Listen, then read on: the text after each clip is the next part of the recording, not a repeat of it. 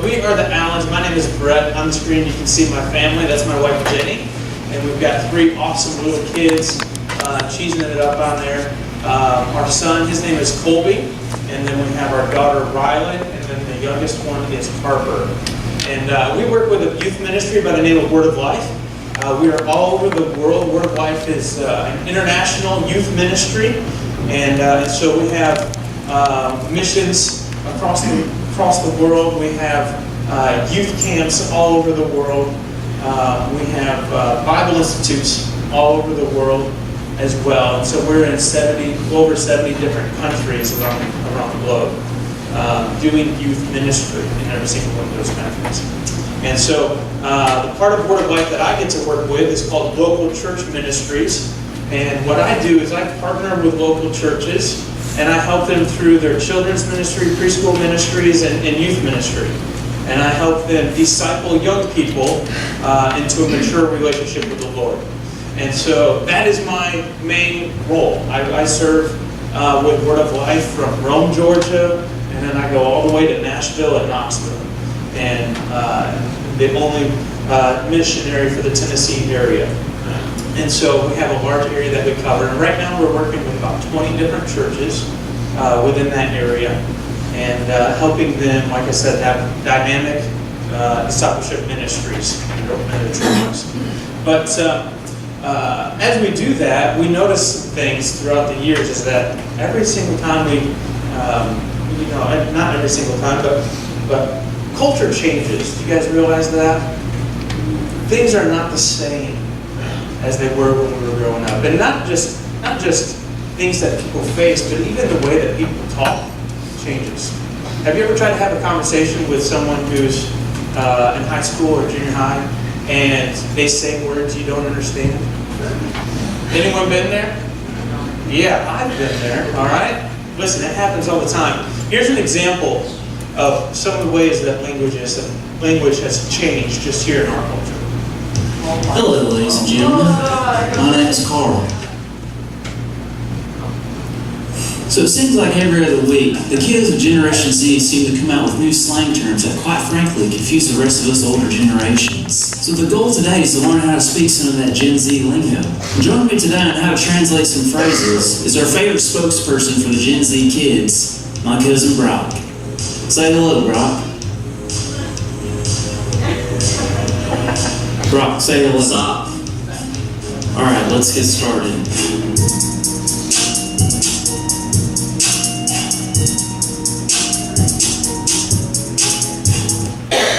You guys have the Wi-Fi password? Alright, Brock, we're going to start with some simple ones. Okay. Hello, how are you? Stop. Friends. Fine. Family. Found John. It was a fun event. The fest was lit. Okay. Oh, I'm about to leave. I'm finna dip set. Those are some neat shoes. Them kicks are dripping. I would be glad to help. But my favorite team lost. Dudes took an L. My favorite team lost very bad. Dudes got clapped. He seems upset. He little mad. He seems very upset. He big mad. I like this music. That's a bop. I'm not lying. No cap. I'm sorry that happened to you. Oof, that's an interesting statement. Weird flex, but okay. I'm not a fan of these appetizers. These apps are beauty. I completely agree with that statement. Facts. I agree. Yeet. Excuse me. Yeet. Wow, that's exciting news. Yeet. Congratulations on your baby boy. Yeet. What does yeet even mean? Yeet is yeet. That doesn't help. It's like when Fam comes slipping in with the dripping swag, Jim to some sick bop. And no cap, you know these facts are about to be laid fresh to death. You're like, oh. I'm not taking out that big response. I don't get it. Weird flex, but okay.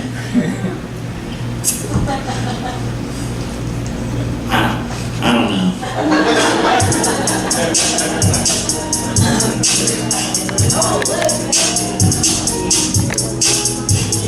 Listen, culture changes all the time.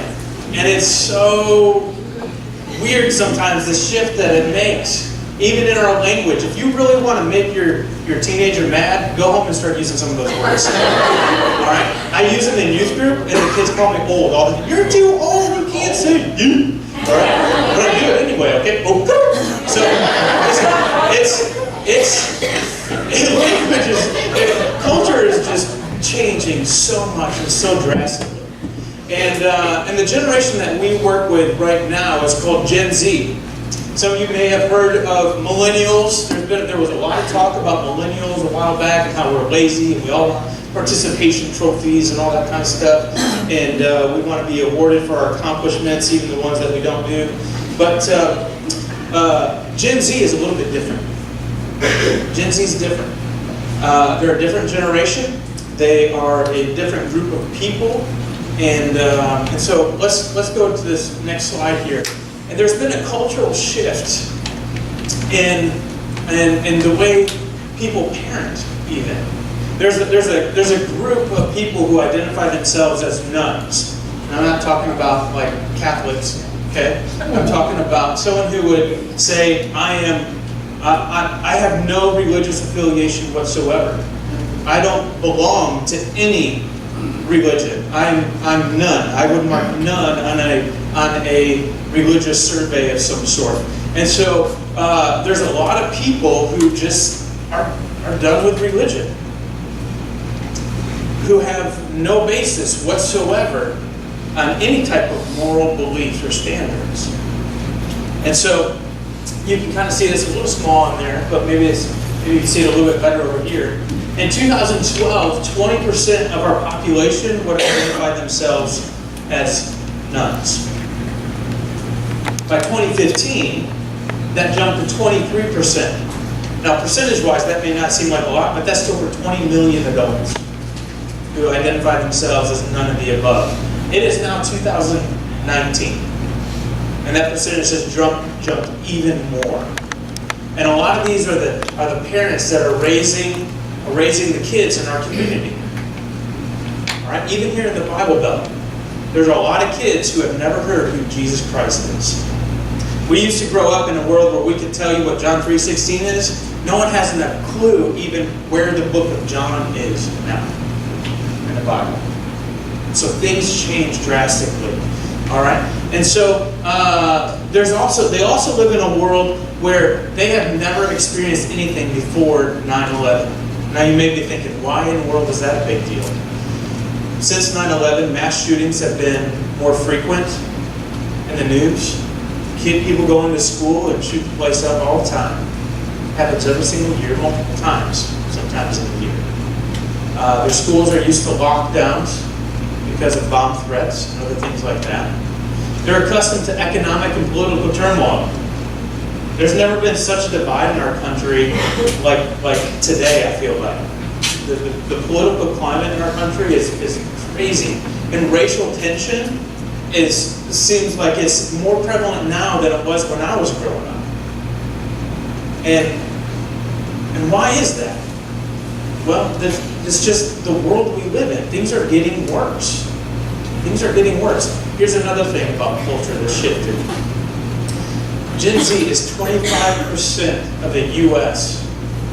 That's a quarter of the U.S. population, and they are true digital natives. What that means is that they nearly spend about 9 hours a day on media devices, whether that be their phone or gaming systems or social media tools, whatever it is. That's a lot. They will never know a world where you have to have the cord attached to your phone. And you have to go along, find a closet to hide in to talk to your girlfriend.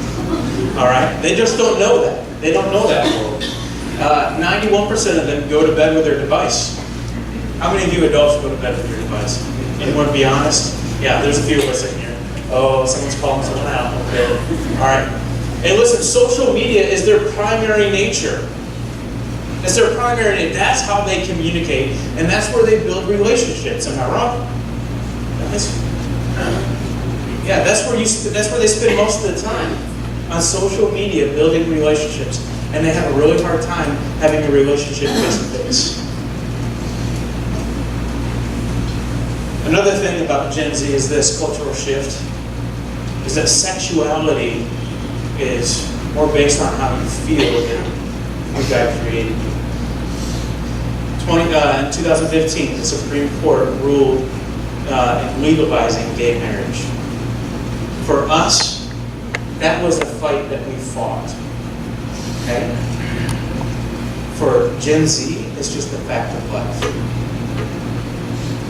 Right? It's just the way things are. 73% of Americans under 30 favor same-sex marriage. That doesn't mean that they participate in same-sex marriage, but that means that they have no problem with it whatsoever. Another thing is that 74% of them are in favor of equal rights for transgender individuals. Okay? And so this is just the world that we live in. So the question is, how can we make a difference? How can we make a difference? How can we relate to them? How can we love them? I'm going to give you 2 ways today. 2 ways to do it. The first one's through prayer. First one's through prayer. If you guys would open up your Bibles, we're going to be in the book of Genesis. I'm going to give you 2 examples, and it's going to be taken from Genesis 18. Okay, so you can go to chapter 18. But as you're turning there, I want you to kind of get caught up with the events of what's leading up to these 2 chapters. Okay, we're going to look at Genesis 18 and 19 today. But in Genesis chapter 12, we actually find the very first mention of a guy named Abram. All right? And in Genesis 12, verse 1, you don't have to turn there, just stay in 18. It should be up on the screen. It says this: "Go from your country and your kindred and your father's house to the land that I will show you, and I will make you a great nation. And I will bless you and make your name great, so that you will be a blessing, And I will bless those who bless you, and I will dishonor you, and I will dishonor those and who dishonors you, I will curse. And in you all the families of the earth shall be blessed." So Abram, is the first mention of him. He packs up all of his possessions. He takes his wife, he takes his nephew Lot with him, and they pack up and they leave his father's home to go to this place where God's commanded him to go. And the Lord said to Abraham that I'm going to make you a great nation. I'm going to make you a great people. And he moved him east to a place called Bethel, and there's where he set up home. And he stopped there, and he worshiped the Lord. So right now we have the only people who really are following God are Abraham, his wife, and his nephew Lot. And so from chapter 12 we get to chapter 13, and God blesses Abraham and Lot, and they become very wealthy farmers. They have lots of herds and sheep and cattle and camels and everything else. And their people actually get into a fight, so they separate places. And Abraham gives Lot a choice of, hey, you can choose this nice land over here, or you can choose kind of the hill country. And Lot said, I want what looks good. I'm going to go down to the nice, lush, green areas where the cities are, and that's where I'm going to camp. So they split up. In chapter 15, Abram asks God for a son. God promises him a son, and that his descendants will have his land as a possession. But he also says that, hey, listen, your descendants are going to spend about 400 years in Egypt as slaves. And then we move on to chapter 16. Abraham's wife Sarah gets tired of waiting for God's promise. And so she tells Abraham to sleep with her handmaid Hagar. And he does. She becomes pregnant, and she has a son named Ishmael. And then Sarah gets really jealous because of the relationship there, and she makes Abraham get rid of Hagar and Ishmael and sends them off to another country. So Abraham does that. Chapter 17, God makes a covenant with Abraham, and he changes Abram, and he changes his name to Abraham. And he promises a son who will be born by Sarah. And then that leads us to chapter 18. And one day, Abraham is sitting out by a tree, and he's just relaxing at home, and he looks up, and here comes the Lord with two visitors, with two angels. And Abraham says, hey guys, why don't you come over here? Let me make you a meal. So Abraham makes a meal for the Lord and for these two angels, and they sit there and they have a meal together. But then the Lord says, hey listen, the whole reason I'm coming is I'm going down and I'm going to go visit these two cities. These two cities have been doing a lot of bad things. And their sin has come up to me in heaven, and I've heard about the things that they've done. And I'm going to go check it out myself and see if it's real. I'm going to the city of Sodom and Gomorrah.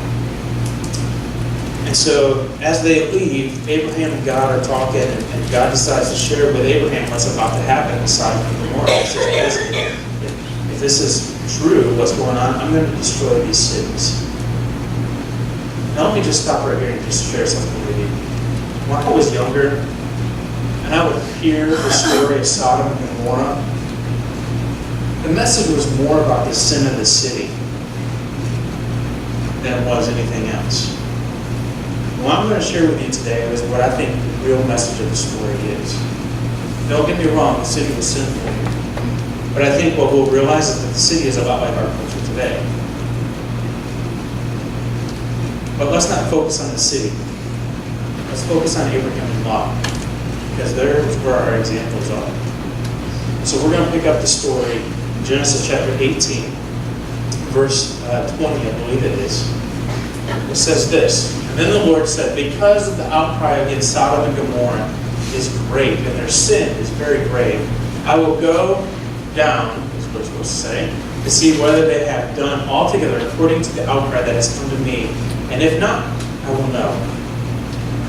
So verse 22 starts this. So the men turned aside from there, and they went toward Sodom. But Abraham stood before the Lord. And then Abraham drew near and said, will you indeed sweep away the righteous with the wicked? Suppose there are 50 righteous within the city. Will you then sweep away the place and not spare it for the 50 righteous who are in it? Far be it from you to do such a thing, to put the righteous to death with the wicked, so that the righteous fare as the wicked. Far be it from you. Shall not the judge of the earth do what is just? Now listen, a lot of people read those verses and they think that Abraham's questioning God. And we're taught, like, you shouldn't question God, right? But here's what I believe Abraham is doing. I think Abraham is praying to God. I think he's having a conversation with God, and he's praying. And he's asking God, are you really going to do what you're going to do? But I believe Abraham here, and he's asking God to spare the city on the behalf of the righteous. Now I want you to understand something here. Abraham is the very first Jewish person. Okay? He's the first one called out. And God's called him to be something, and someone that he's going to develop a great nation through in the future. And so that means that there's almost no other people in the whole world who know who God is, aside from his nephew Lot. And Abraham knows that Lot lives in those cities. And Abraham's hoping that Lot has told someone else about Jesus. So he starts with 50. He said, what if there's 50 righteous people there? We spare the city for 50. See, Abraham's told Lot about God. He's worshiped God with him. He's seen what faith looks like. And he's seen how Abraham was faithful when he was called out of his home, going to a land that he didn't know, or what he would expect, what he would encounter, only to know that God would take care of him. So Abraham, like I said, is hoping that Lot would have shared his faith with at least 50 people while he's there. Verse 26 tells us this. And the Lord said, if I find at Sodom 50 righteous in the city, I will spare the whole place for their sake. You know what that means? Listen, Abraham was able to change God's mind, the Lord's plan, simply by praying. Listen, people, prayer changes things. You don't like the way our culture's going? How much time do you spend praying about it? Versus how much time you spend complaining about it? Listen, God allows our prayers to change things to happen that would not happen if we didn't pray. if we're honest about this question, if we were to take all your prayers over the last 6 months, and God said, hey, listen, Christian, I'm gonna answer every single prayer that you've prayed as yes over the last 6 months, would the world be a radically different place because of your prayers? Or would you just have more stuff?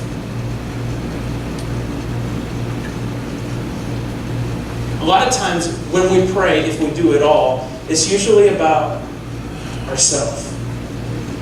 Maybe things that are going on in our family, maybe things that are going on in our own personal life or loved ones, or things that affect us personally. So maybe our lives would be better, but would the world be better?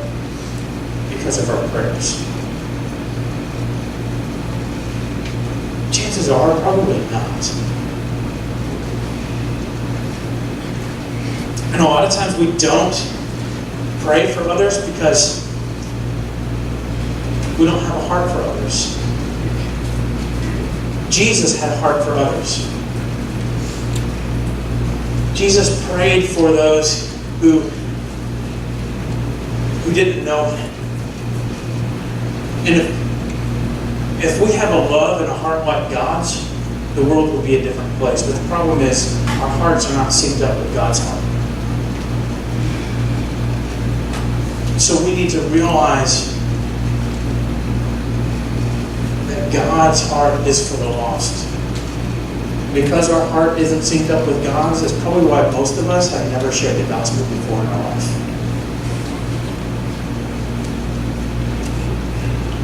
Let's continue. Let's look at verse 27 here. Abraham answered and said, behold, I have undertaken to speak to the Lord, I who am but dust and ashes. Suppose 5 of the 50 righteous are lacking. Will you destroy the city for a lack of 5? And he said, I will not destroy it if I find 45 there. And again he spoke to him and said, suppose 40 are found there. And he answered, for the sake of 40, I will not do it. And then he said, O Lord, do not be angry, and I will speak. Suppose 30 are found there. And he answered, I will not do it if I find 30 there. He said, behold, I've undertaken to speak to the Lord. Suppose 20 are found. And he answered, for the sake of 20, I will not destroy it. And then he said, O Lord, let not the Lord be angry, and I will speak again, but this once. Suppose 10 are found there. And he answered, for the sake of 10, I will not destroy it. And the Lord went away, and he had finished speaking to Abraham. Abraham returned to his place. Wait a minute. God, are you telling me that for the sake of 10 people, you will spare the whole city? The answer is yes. What that tells me is that 10 righteous people can change the destiny of a city. Do we have 10 righteous people in here? Do we have 10 righteous people in our schools? At work? In your neighborhood? You want to see God do something different? Be one of the 10.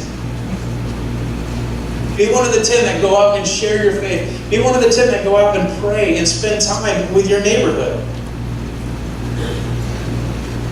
God would spare the city if 10 righteous people were in it. And that's awesome that only 10 can have the ability to make that kind of a difference. But did you notice that Abraham went from 50 to 10? I think it's because he knew that his nephew Lot got distracted with the shiny things. I think a lot of us get distracted with the shiny things. Most of us get distracted with the shiny things. And I believe that Abraham knew that Lot would get distracted by the things of the world. Remember when there was a disagreement between Abraham's servants and Lot's? Lot chose the nice green, luscious things instead of going to the hill country. He wanted what was best, what looked appealing to him. But Abraham was still hopeful that Lot was following the Lord. So the first thing that we need to do is to pray. What's your prayer life like? Are you praying that God would change our culture, or are you just complaining about our culture? The second thing that we can do to make a difference is set the example. We need to set the example. In chapter 19, we actually see how Lot was doing. Because we actually see the narrative of what happened here. Verses 1 through 3 of chapter 19, it says this: "The two angels came to Sodom in the evening, and Lot was sitting in the gate of Sodom. And when Lot saw them, he rose to meet them and bowed himself with his face to the earth and said, 'My lords, please turn aside into your servant's home and spend the night and wash your feet. And then you may rise up early and go on your way.' And they said, 'No, we'll spend the night in the town square.' But he pressed them strongly And so they turned aside to him and entered into his house. And he made them a feast of baked unleavened bread, and they ate." So far, Lot really seems to be doing what he's supposed to do.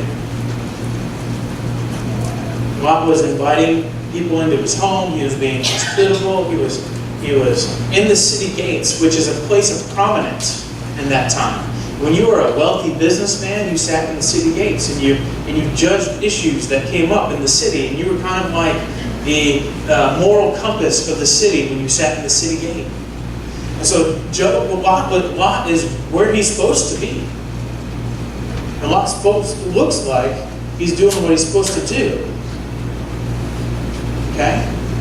And so we see Lot inviting the guests into their home, these two angels into his home. And I don't think he knew that they were angels. I think he just invited these men into his home. But most of the time out in that time, if you were a visitor, you just slept in the town square. But it was almost as if Lot knew that something would happen if they spent the night out there. It was almost as if he had an idea that something bad was going to happen. So let's look at verse 4, chapter 19. It says, "But before they lay down, the men of the city, the men of Sodom, both young and old, all the people to the last man surrounded the house. They called to Lot, 'Where are the men who came to you tonight? Bring them out to us, that we may know them.'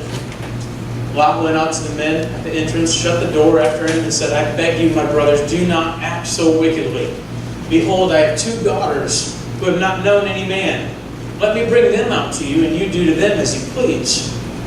Only do nothing to these men, for they've come under the shelter of my roof.' But they said, 'Stand back.' And they said, 'This fellow came to sojourn and has become a judge. Now we will deal worse with you than with them.' And they pressed hard against the man Lot, and drew near to break down the door. But the men reached out with their hands and brought Lot into the house and shut the door. And they struck them with blindness, the men who were at the entrance of the house, both small and great, so that they wore themselves out groping for the door." Wow. The sin of this city was off the charts. The men were trying to break into Lot's house so that they could have relations with Lot's guests. And Lot, in an attempt to appease them, offers his daughters to the men. Listen, when sin comes at you and it seems impossible to resist, the way out is not to commit something that we would consider to be a lesser sin.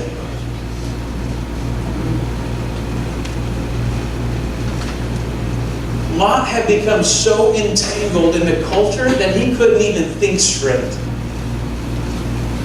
He couldn't tell the difference between man's righteousness and God's righteousness.